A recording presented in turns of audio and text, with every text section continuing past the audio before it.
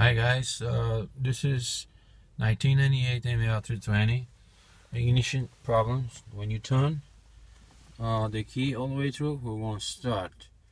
So we have to ended up taking the cylinder out in order to get that thing fixed.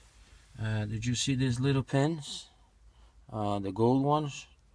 They started warming up, and that's why you won't get contact when you start trying to start.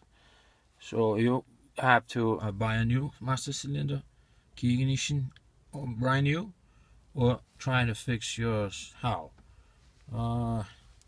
Did you see how far this has to go up? See that? The little gold thing on my fingers here. See, when you press this down, it should go the other side. Won't go because it's stuck. What you have to do, you have to get a sandpaper 120 and sand between the contacts and make them free. Then when you turn the key on, it will go through, the spring will pull up, and it makes the contact in the car. I'm going to put this back now, and shortly I will show you in a new video the problem fixed. Don't forget, do not take your key out, otherwise you lose all your code.